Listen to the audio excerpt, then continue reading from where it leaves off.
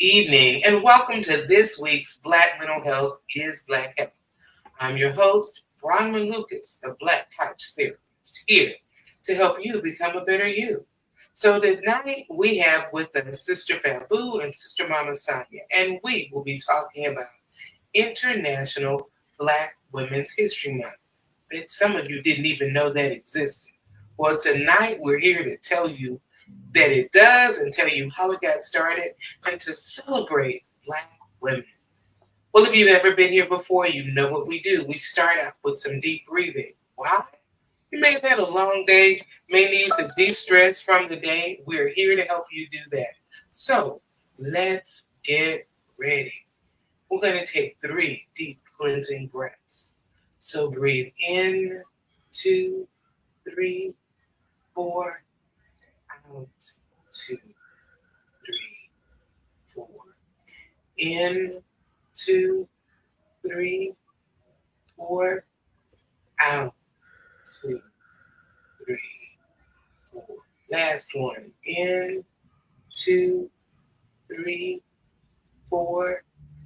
Out, 2, 3, 4. How was that deep breathing for you, ladies? Refreshing. Wonderful. Kind of settled me out. You know, I have those little nervous twitches just before you start something that kind of like realign all those cells, you know. Yeah. That's what it does. Like a hidden, it's okay. It's okay. Yeah, that is the point. And that's something you can do anytime, anywhere. We have to breathe. Sometimes we just need to make it more on purpose. So tonight we're talking about International Black Women's History Month. But before I tell you about it, I always like to ask my guests, tell me something cool about yourself. So I let my guests introduce themselves. So, ladies, tell me something cool about yourself and tell my audience who you are. So, Sister Fabu. Something cool about myself. I like adventure. I like to skydive. Wow, I didn't know that. I think everybody should do it once in their life. Now that is cool and unique. Awesome. I did not know that. But you know what? I can see that in you, my sister. I see that. Awesome. Sister Mama Sonia, tell us something cool about yourself. Well, I think one of the coolest things I can say during this month is that I am the older and wiser sister of Bronwyn Lucas. Older, yes, wiser, debatable. Well, thank you, ladies, for joining me. As I said, some people may have never heard of International Black Women's History Month. It is relatively new, started around 2016, I believe. And Shay Battles is the founder. And the reason why, and it started, she's from Atlanta. And so Atlanta City Council actually declared April Black Women's History Month. That is its origin, was in Atlanta. And then the governor of Atlanta honors the celebration of April as Women's History Month. The reason she started this, she noticed that in education, when you study anything, Black women were missing. And she's like, okay, we have been around forever. Why are we not here? So, to that end, she wanted to celebrate Black women worldwide, not just here in America, because if you study anywhere we are in the diaspora, we still are lacking and we still make awesome contributions. So tonight I have some awesome women here who are going to talk about that. And we're going to start off with a poem by Sister Mama Sonia. I will praise you, for I am fearfully and wonderfully made. Marvelous are thy works, and that I know well. Psalms 139 and 14. The unknown ancestor. We don't know who she was and probably never will know. Stolen from the motherland, brought in the belly of the ship against her will. Never to see her family again, a horrendous journey full of death and despair. Led by those, for her, they really didn't care. We would never know her identity, yet the history of the unknown ancestor leaves a lasting legacy. Working day in and day out, never knowing what comfort in life was all about. Birthing baby after baby after baby after baby, many times by rape. Seeing some of them taken against her will. Yet she taught her children and those around her, when she could, the story she heard. You know, about her grandmother who came over on the belly of that ship. So they would always know. We will never know her identity, yet the history of the unknown ancestor leaves a lasting legacy. She goes in the dead of night to cut down that strange fruit. Her daddy, husband, son, brother, nephew, friend. And yes, her sister, aunt, mother, cousin, beaten, hung, destroyed by hate, heinous actions of them, hanging from that poplar tree. She shares their stories so they won't be forgotten. We will never know her identity, yet the history of the unknown ancestor leaves a lasting legacy. She rises in the darkness of the morning to walk to work, way across town, because she will never catch a bus. She's honoring that boycott. You know that good-looking man? Y'all know that good-looking preacher? Rev. Martin Luther King came into town after they had already decided to boycott. And when Sister Rosa says to do something, you do it, so we don't get on the bus. In the rain, the heat, the cold, the snow, she, like so many others, had no choice but to go. Proudly joining the movement in her own way, looking forward to a brand new day. We will never know her identity, yet the history of the unknown ancestor leaves a lasting legacy. She lived in Birmingham all her life, knowing firsthand the trappings of racial strife, water hoses, dogs, billy clubs, which always seemed to never miss their mark. She heard that explosion early that morning. You see, she wanted to go to church, but her mama wouldn't let her because she had a cold. So as she sat in the bed, she heard boom, boom, boom. A little after 10 a.m., September 16th, a deafening sound she will always remember. You see, her friends, Carol, Addie, Cynthia, Denise, her neighbors, her friends, her classmates, her church friends were gone. She made sure that those in Birmingham would never forget what happened to those 4 little girls. We will never know her identity and other young girls who had to go through that. Yet the history of the unknown ancestor leaves a lasting legacy. Now, by the hundreds, she registered voters all over the South, well into her 90s. She joined other sisters making sandwiches, brown bag lunches, Kool-Aid for the thousands who marched, who carried the torch. So on the 9th of January, 2009, she proudly sat in celebration with many other elders as that little colored man, as she called him, Barack Hussein Obama. He was cute too, like Martin Luther King. Proudly had his inauguration. We will never know her identity, yet the history of the unknown ancestor lives forever. She woke up every day. She wakes up every day doing what she does the best. Teaching, cleaning, doctoring, lawyering, hairdressing, cooking, bus driving, mothering, engineering, housewifing, cousining, aiding, computering, social working, painting, singing, acting, dancing, poem, and having all those otherings, having fun. We keep on licking, even though in life we get a licking. Yet the history of the unknown ancestor leaves a lasting legacy. From the ship to the plantation, to the poplar tree, to the long walk in Birmingham, to that memorable Sunday in January 2009, to those everyday lives, these inspiring, strong, caring, black-tastic, blacknificent, blacktabulous sisters leave their mark. We will never know their identity, yet the history of the unknown ancestor leaves a lasting legacy. Don't try to make yourselves beautiful on the outside with stylish hair and by securing gold jewelry or fine clothes. That's okay. Instead, though, make yourselves beautiful on the inside, in your hearts, with an enduring quality of a gentle, peaceful spirit. This type of beauty is so prevalent in our Black sisters, and it's very precious in God's eyes. 1 Peter 3:3-4.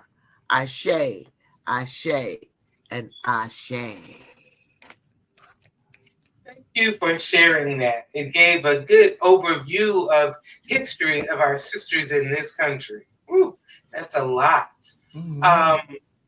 But accurate. It gave a good picture of why we need to celebrate. So thank you for sharing. Before I go to Sister Fabu, I'll drop a nugget here. So tonight we're going to look at women in our history. And we need to celebrate our history as well as women present. But we don't know some of the strong things we had to overcome. Many of you may have heard the name Ida B. Wells, and you know, but you may not know that in 1913, there was the first suffrage parade.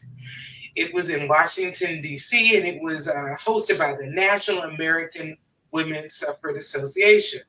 However, when Ida B. Wells, who was a known racial activist, showed up to march, they told her to march in the back. She's refused. Either I go with you or not at all. I'm doing it for the future and benefit of my whole race. So she left with a quickness. But she did return to march alongside the marchers. They didn't let her march in there, but she marched alongside to say, we are here to stay. As Shirley Chisholm says, when if they don't give you a seat at the table, bring your own chair. So that was her own chair. And we're telling you about some of the great history so you see where we are today. We stand on their shoulders. But because we stand on their shoulders, we need to stand strong so somebody can stand on ours. So Sister Fabu, thinking about the role Black women have played, what would you like to share? Well, I'd like to share Sister Henrietta Lacks. Now, we talk about standing on the shoulders. The whole world stand on the shoulders medically of Henrietta Lacks. She left a lasting legacy. Henrietta died in 1951, but in 1951, she made one of the greatest medical contributions. After her cells were taken from her body, she had cervical cancer, and it was taken from her cervical cancer biopsy. They found that it was her cells that were able to live outside of the body. Only her cells. They have been researching this for years. Only her cells were able to live outside the body and continue to reproduce. Those cells became known as HeLa, the HeLa. I may be pronouncing it wrong, but it's H-E for Helen, L-A for Lax. Anybody who is into science or medicine understand those cells. In 1952, the HeLa cells were used to test the polio vaccine that protected millions. Her cells provided the basis for the AIDS and chemotherapy treatment. Her cells provide the basis for in vitro fertilization, gene mapping, which is known as the genome, and anti-cancer drugs and other medical discoveries. In fact, those cells are still alive today. There is research being done using her cells to come up with the COVID-19 vaccine. Now, the tragedy of this story was Henrietta Lacks never gave permission for them to do research on her. Her family never received any compensation for it. In fact, her family didn't really know. And so it was unethical that they did not get her consent and that they used. Now, of course, this was done at Johns Hopkins Hospital in Baltimore, Maryland.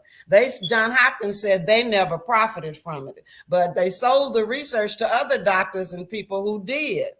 And she's our hero, our shero, I would say, our Black history shero, because there have been many medical breakthroughs as a result of her. Now, even though there has been a movie, The Immortal Life of Henrietta Lacks in 2017, and a book by the same name, it still does not resonate throughout the world, particularly in our community. And I like to keep that part going because there is a legislator. Now, I'm not legislating, but yeah, there is legislation where they're trying to right the wrong, because still today they don't have to get consent. They'll do it, you know what I mean, but they don't have to. And they are trying to do a policy review to make it, let me find this so I can read it so I can get that correct. It says, nobody asked Henrietta Lacks for consent to use her cells in research in 1951.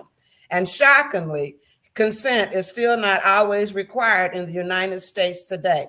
That was by Jonathan Newton of the Washington Post in 2023.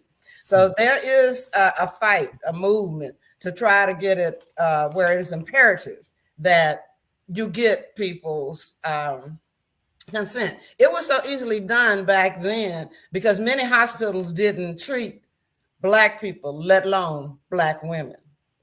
And because so it was easy to just pay. I kind of put you in mind of the Tuskegee experiment. You know, those things happen to us so often. But because of her, her cells live on. So that's a legacy they cannot kill. Those were seeds that are going. She brought her chair to the table, and they cannot remove her chair. I say. She brought her own table. Yeah, her own table. She had her own table. And her table's still there today, and they're trying to feed at her table. Before I come back to you, Sister Mama Sonia, for another nugget, I'll share one. And just remind you, because sometimes people say, well, why are we talking about the past? We're talking about these women of the past because we don't know them. We're talking about these women of the past to show that those strong warriors of today, such as the founder of this movement, Shea Battles, that they stand on a rich legacy. So we're going to focus on that past history so that you can go and celebrate. And I have a few nuggets about what we're doing today. I'm sure many of you have heard of W.B. Du Bois and Booker T. Washington, but have you heard of Pauline Hopkins? She was their contemporary and interacted with them in many political debates. But did her name, do we know her? Do you know that she was a prominent editor and she had a periodical, a magazine called Colored American Magazine? And this was in the early 1900s. We don't know what we have done. So yes, Du Bois and Washington, we know about them and that they had this great debate. We don't know about Pauline Hopkins or her magazine. We don't know. We don't know. We don't know. But now we do. Sister Mama Sonia, do you have a shero that you'd like to share with us? Yes. If you all have Netflix, please watch the movie Shirley on Shirley Chisholm. If you close your eyes and don't look at the clothes and the hairstyles, you will think they were talking about 2024. Brahman and I saw it over the Easter weekend, and it was amazing. So some of the same things, just like Brahman talked about Ida B. Wells, the white women did not support Shirley Chisholm at all. Her quote says, "Women must become revolutionary. This cannot be evolution, but revolution." So when we think about what Shirley Chisholm did when she wanted to run for president, the Black men, the white women, even some Black women did not support her, but she stood and went and did what she had to do. So one nugget I want to leave with everyone. We all have a history. We all have a story. You know, the song says, "This is my story. This is my song." I want each and every one of you to share your story with a young person. Talk to an elder. Get their story. Because the saying says, once you leave this earth and no one else knows your name or your story, you cease to exist. I say. Before I come back to you, Sister Fabu, another nugget to drop. Many you may have heard, and some still don't know, about Ella Baker. She's considered the mother of the civil rights movement. She was instrumental in founding SNCC and NAACP. Her work helped get them started, but you don't know. She was instrumental in recruiting Rosa Parks to join their movement. But with all of this, she clashed with Martin Luther King Jr. and other male ministers because they were really paternalistic, and she may have been a woman and she may have been instrumental in making all this happen. They will even acknowledge behind closed doors they wouldn't have gotten as far as they did without her. But putting a woman up there, please, it just wasn't there. It just wasn't something that we would do. Women, please know your place. So as Black women, it's a double discrimination in America. Because as women, are always going to be second-class citizens. But then, and being African American, you're third-class citizen. So being both, it's hard to find your seat at the table. It's hard to find your place in the room. But we're here to say many people have, and there's so many more of you that can and will. Mm-hmm. Sister Fabu, you have a book you've written. I want you to tell us about that book. Okay.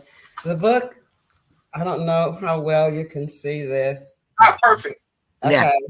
Yeah. It's called The Silent Screams of a Woman. Now notice I said sigh, SIGH -LENT, not silent, because a woman's screams are never silent. Never. They just often go unheard, pushed down, pushed to the back, ignored, but they are never silent. So the impetus for the book was I read a quote one day by Kavada Bird that said, "The feminine energy is rising, and its influence is driving the spiritual transformation of our planet and all its inhabitants." So when I heard that, I said, if that is so, then there's a lot of clearing of the cache that women need to do so that we can transform and be a part of this. So I said, well, in order for that to happen, the narrative has to change from women who are strong woman, a strong Black woman. Mm-hmm. It needs to change, and not so much the narrative as that word strong. We need to stop hearing strength when we hear strong and hear power. Hear power as opposed to strength, because women are not physically stronger than men. I mean, we weren't created to be that way. But there is power, there is strength in our power, because we seek to have power with rather than power over or power under. Once we get that power with, man, we can move, and we do move mountains. And the anthology came along and says that there are others that said to me, Sister Fabu, I was going through, some changes. And I realized it was because I was trying to live what everybody else thought of me and not be myself. And was that painful. And I said, then I had things in my life that put an obstacle in the way. But like many women, I realized you have obstacles, but you got to keep going. Trayvon Martin's mama, you got obstacles. Sandra Bland's mama, that's the job. But you got to keep, and that's what we do. We put on our big girl panties and keep marching forward. So I sent out a call to over 50 women to tell their story.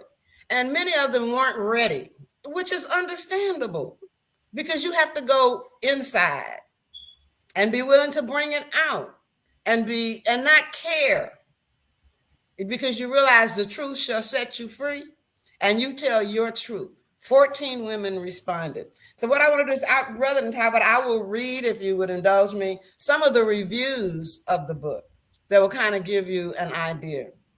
One review says, Sister Fabu's new book, The Silent Screams of a Woman, is an empowering collection about women who have turned their sighs into strength, power, and healing. This compelling anthology serves as a powerful testament to the resilience, strength, and healing capacities of women who have transformed their sighs into sources of empowerment. The collection features poignant testimonies from women who courageously delved into the depths of their souls to confront the origins of their sighs so that can comfort them, ultimately achieving peace and healing. This transforming anthology, crafted by women for women, delves into the hearts and minds of those who persisted against adversity, even when their sighs were disregarded. It provides a platform for shared experiences and celebrates the unwavering resilience of women. This is a must-read because in this book is a section for the reader to unleash her silent scream. She can write it in the book. No one else ever has to see it until she's ready to share it with the world. And if you would indulge me, when I turned my pain into power, I wrote the poem years ago, but it really fits now. And it unleashed the power in me to move forward, no matter how many times I get to, oh, you too this, or you just too direct, or you just drive me crazy. Yeah, I'm that and a little bit more, you know? So I wrote the poem, I'm sorry. I'm sorry I don't conform to your world. If I don't play the game by your rules. If I say that the sun is more than the nearest star to our planet. If I say that the wind is more than the result of opposite temperature zones. If I say that love is so very much more than a physical attraction. Yes, I'm sorry I don't conform to your world. But then, how can I possibly explain to someone who has never sought the first flower of spring? To someone who has never felt the warmth of the earth after a sudden summer shower?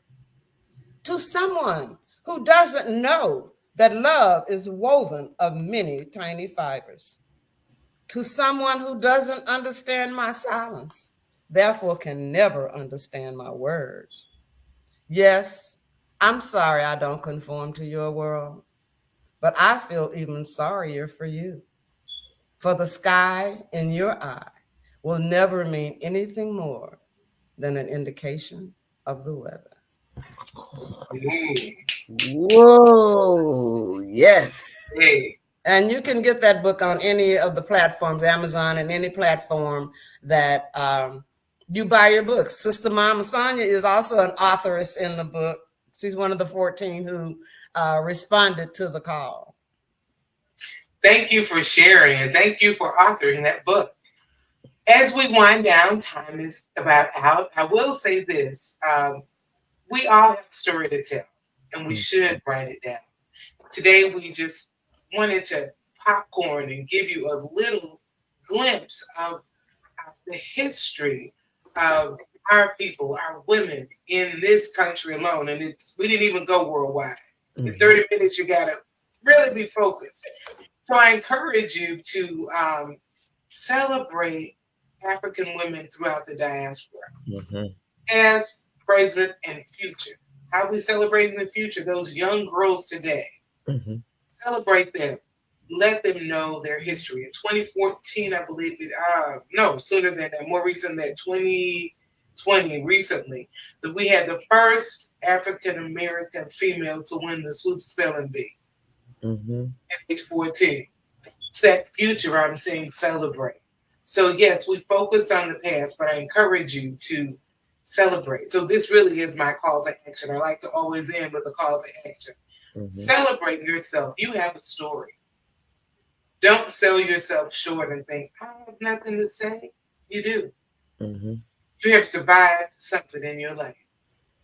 Even if you've had the privileged life, you've survived that privilege. If you've had everything but privilege, you've survived. Write your story down for yourself. Write it down for your family members.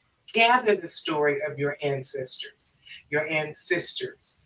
Know your own family history so you know your worth. I wonder, can I just piggyback on that real quick? And if you're brave enough, once you write that story down, there's a second volume of The Silent Screams of a Woman. So you're ready to put it out there. After you write it down, contact me. Sister Bronwyn knows how to get in touch with me and be a part of the second volume of The Silent Screams of a Woman. Awesome. So thank you, ladies. And I always end with vote, vote, vote. Why? Voting impacts every part of your life. So I want to encourage you, but I don't just say vote. I say be an educated voter. And for those of you who are wondering how does this impact our mental health, knowing who you are can strengthen who you are. So I want to thank you, ladies, for joining me tonight. Thank you. Thank you for having us. Bronwyn Lucas, the Black Couch Therapist, here to help you become a better you. See you next week. Ashe, ashe.